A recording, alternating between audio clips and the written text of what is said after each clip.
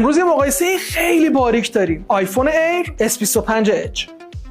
ببینیم کدوم بیشتر به دل میشینه. آیفون ایر فریم براق داره که خیلی زیاد اثر انگشت رو جذب میکنه. اما S25 Edge به نظرم فینیش مات‌تر و تمیزتری داره. توی وزن S25 Edge سبکتره.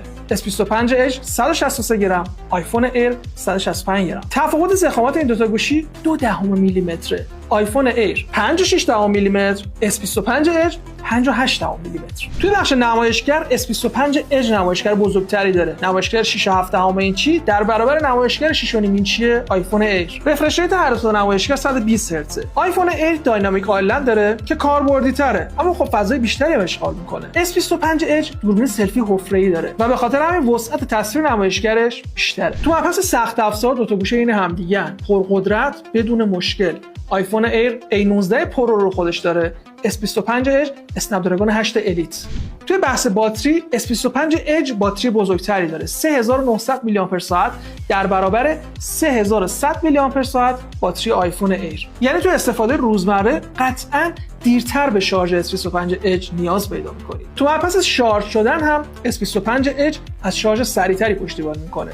25 وات در برابر 20 وات آیفون ایر. هر دو تا گوشی از شارژ 20 پشتیبانی میکنن، اما آیفون ایر به لطف مکسیف قابلیت این رو داره که لوازم جانبی مختلف رو به پشتش بچسبونید. اما برای S25 Edge اگر بخواید از این همچین قابلیت استفاده کنید که لوازم جانبی رو پشتش بچسبونید، باید یه قاب جدا بگیرید. بریم بخش دوربین. آیفون ایر فقط یه لنز دوربین تو قاب پشتی خودش داره که سنسور 48 مگاپیکسلی داره. اما S25 Edge دو تا لنز دوربین تو قاب پشتی خودش داره. یکی سنسور 200 مگاپیکسلی، یه لنز اولترا واید 12 مگاپیکسلی. اما تو بخش سلفی آیفون ایر یه سنسور 18 مگاپیکسلی داره با یه قابلیت جذاب که اگر گوشی رو به صورت عمودی هم دست بگیرید، امکان اینکه عکس افقی بگیرید وجود داره که اپل بهش میگه سنتر استیج.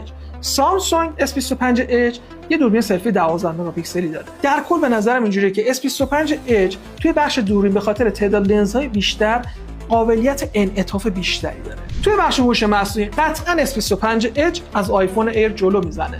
اپل اینتلیجنسی که روی آیفون ها میبینیم هنوز تو فاز بتاست، داره خودش رو فعلا گرم میکنه، ولی گلکسی ای آی خیلی پیشرفته است. یه نگاهی هم به اتصالاتشون داشته باشیم. آیفون ایر سیم کارت فیزیکی اصلا نمیخوره و فقط از ای سیم پشتیبانی میکنه، اما S25 Edge دو تا سیم کارت همزمان فیزیکی رو پشتیبانی میکنه. میرسه بحث آخر، یعنی بحث اسپیکر. آیفون ایر فقط یه اسپیکر داره، اونم داخل خروجی صدای مخاطبش، اما S25 Edge اسپیکر استریو داره. شما کدوم یکی این دو تا رو انتخاب میکنید؟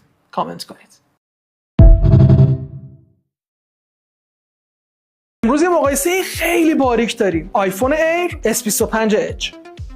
ببینیم کدوم بیشتر به دل میشینه. آیفون ایر